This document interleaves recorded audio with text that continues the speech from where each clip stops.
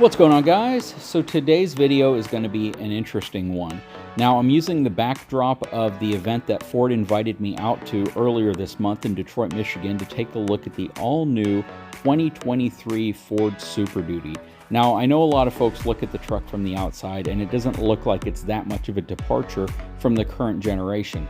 That said, almost every panel has changed. It has an all-new interior, it has an all-new front end and rear end, and it has some really incredible technology packages that are offered with it. But this video isn't to talk about any of that. If you missed those videos, definitely go back and take a look at them. I give you a detailed view of the exterior of the truck, the interior of the truck. I show you all the cool and innovative technology, such as this auto hitch to a conventional trailer. I mean, that is absolutely incredible, as well as some of the convenient features that were added to the truck to just make your life a little easier as a truck operator. But that's not what we're here to talk about today. Today's video is all about the stuff everybody's been waiting to hear, and that is horsepower, towing, and pricing. So hang tight, I'll be right back.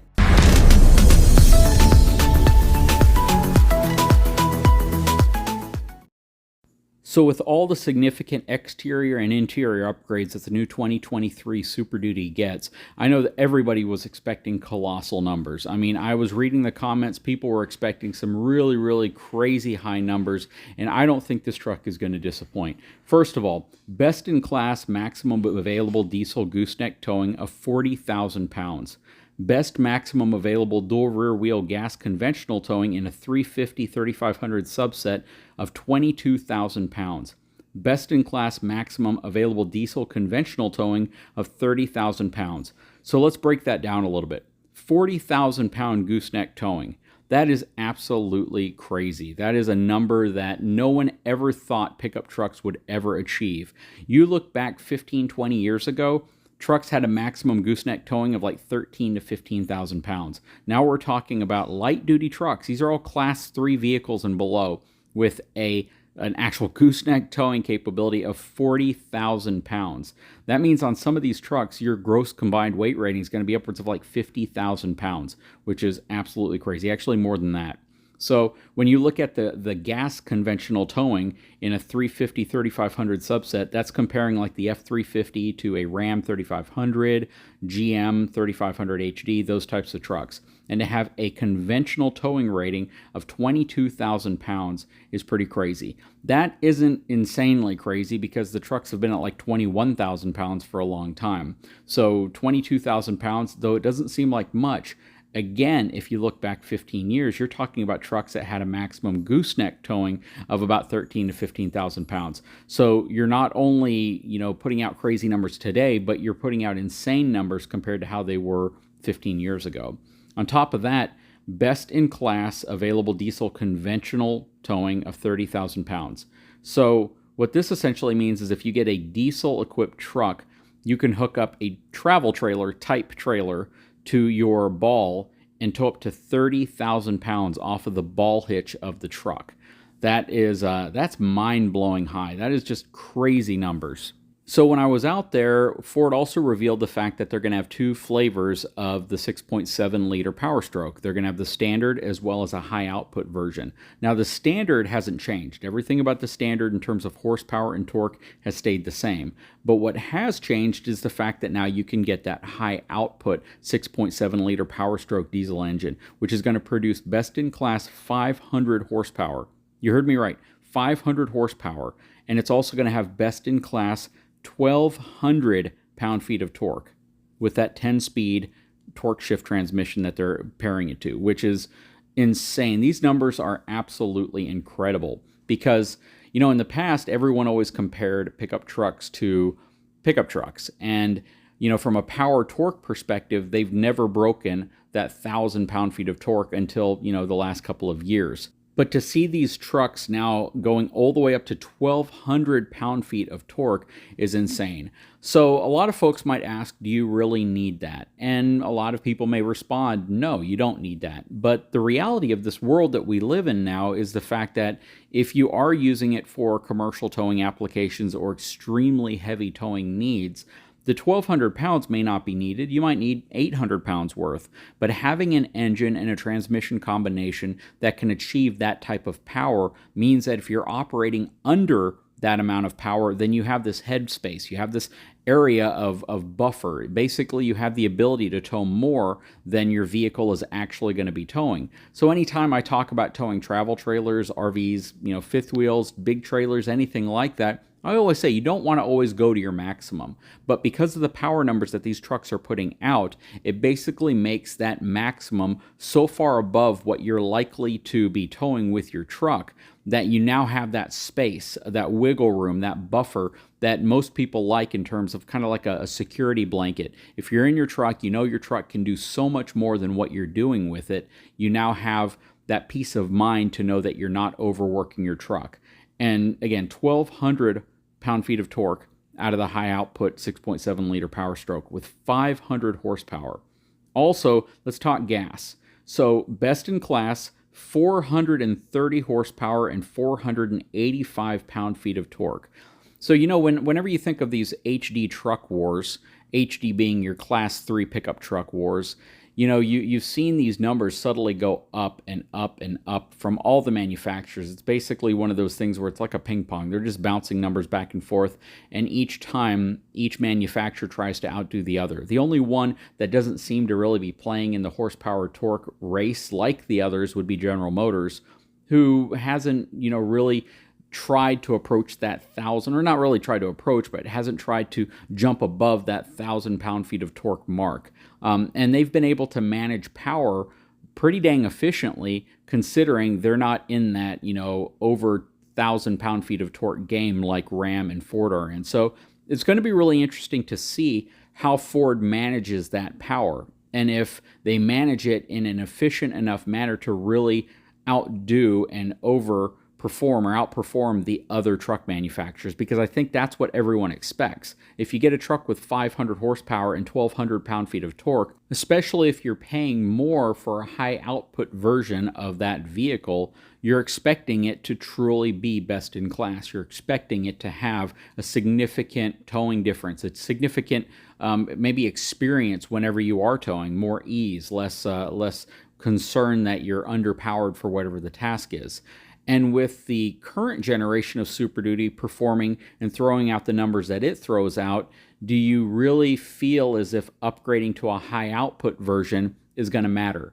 And that's something for you guys to decide. If you want to get the standard version of the Power Stroke, are you going to feel more comfortable thinking, well, I saved some money and I'm never going to do more than what this truck is going to need? Now, if you want a water-cooled version of a Power Stroke, well, then you have to get the high-output engine. So maybe by going to that water-cooled version, you're going to have a sense of more reliability. Maybe that's going to lead to more confidence, and maybe that's going to help you justify the upgrade to the high-output 6.7-liter Power Stroke. But leave a comment below. Tell me, do you believe that the power torque differences, 1,050 pound-feet of torque versus 1,200 pound-feet of torque, and roughly, 5,000 pounds additional towing capacity if you're gooseneck towing, is that enough for you to justify the high output engine? Or would you simply just get the high output version of the truck simply because you want to know that you're getting the most premium version of the truck and engine combination? Let me know, what engine, transmission, or really what engine package do you think you'd be most likely to opt for? Maybe the engine that's right for you is one of the new gas engines. If you get the 6.8 liter V8, that might be plenty for you. But just realize that though that engine comes standard in the XL, you may not be able to get that engine option in some of your higher trim packages, where the base engine would probably be the 7.3 liter engine. But what's it going to take to convince you that the right engine for you is either gas or diesel, or standard Power Stroke or high output Power Stroke? Now, let's talk a little bit about pricing, because I know that that's going to be probably one of the most important things that you all take away from this. So the new F250 XL packages are going to start at $43,970, and that's for the most basic F250 you can buy. You opt for a diesel engine, you opt for a higher output gas engine or the larger gas engine, you're going to pay more. An F250 XLT is going to start at $50,105. An F250 Lariat is going to start at $61,410. And an F250 King Ranch is at $75,975. The 250 Platinum is at $76,865. A Limited is at $96,095. And then you can jump up to an F350 single rear wheel, or you can make it a dually. But let's jump all the way up to the F450 so you can see the price variances. So an F450 XL base model edition is going to start at $58,455. An F450 XLT would be $65,695 starting price. A Lariat would be $78,665. A King Ranch starts at $91,090. And an F450 Platinum is $92,535 base price. And then the Limited starts at $103,030. But when you get a Limited, you're pretty much checking every box. So, you can probably add a few items to a Limited, but you're not going to really be able to add too many things simply because the truck is going to come pretty much equipped with every conceivable feature. And in many cases, you're going to have some cab configuration requirements that come along with that as well. So there it is. What do you guys think? Is the pricing on par with what you thought? Are the horsepower and torque specs on par with what you thought? I know that everybody was waiting to hear these numbers, and I think what most people really cared about were what were the improvements from a gas engine perspective and what were the improvements from a high output 6.7 liter Power Stroke perspective. Did they meet your expectations is what I'd like to know, right? 500 horsepower, 1,200 pound-feet of torque for the high output Power Stroke. Is that enough over the standard Power Stroke to truly sway your opinion on buying one? The price difference between the two engine options, well, that's something that you probably have to also determine if that's going to be something you care about as well. So you can now get any of these trucks, even an F450 with the 7.3 liter gas V8. You can get it with the 6.7 liter or the 6.7 liter high output. If you get it with the gas V8, it's actually included. If you get it with or included in that base price. If you opt for it with the 6.7 liter, you'll pay a almost $10,000 premium to have the diesel engine. If you want the high output version, then it's going to be a $12,495 premium feature. So anyways, guys, what do you guys think of these specs? Please leave a comment below. I'm really excited to know what your thoughts are and try to figure out if this is something that most people are going to get behind. Are you going to want to go for that high output engine? Do you care about the horsepower torque wars and how crazy they've gotten and just how insanely high the specs on these trucks have been able to get, especially from a towing perspective? Now, the one final thing that I do want to talk about is payload, because I know that everyone's probably trying to figure out what the payload on these trucks are.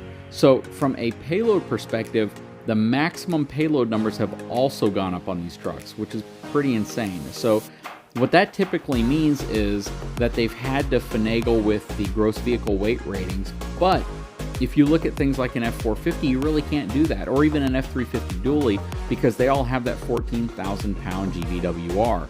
However, best-in-class payload of 8,000 pounds is what they're announcing, and the best-in-class maximum diesel payload of 7,100 pounds. So that 900 pound makes up the variance between a gas weight and a diesel engine weight. So it's just the weight difference between the two different platforms. So yeah, you can get a diesel truck, and this is generally going to be in a standard cab or a short bed, this is generally going to be in a long bed, standard cab truck, base package, work truck package, and that's 7,100 pounds in a diesel configuration, and it's 8,000 pounds in a gas configuration.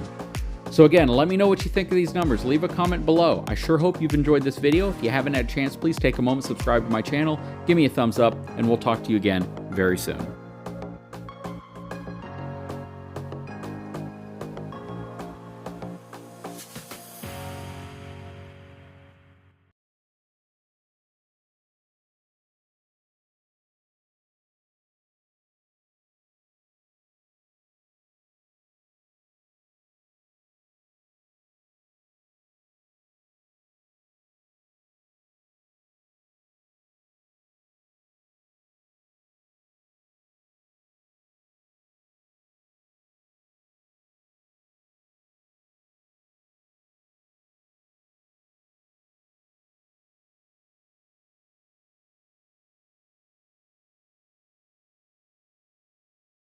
Generally going to be in a long bed, standard cab truck, base package, work truck package, and that's 7,100 pounds in a diesel configuration, and it's 8,000 pounds in a gas configuration. So again, let me know what you think of these numbers. Leave a comment below. I sure hope you've enjoyed this video. If you haven't had a chance, please take a moment, subscribe to my channel, give me a thumbs up, and we'll talk to you again very soon.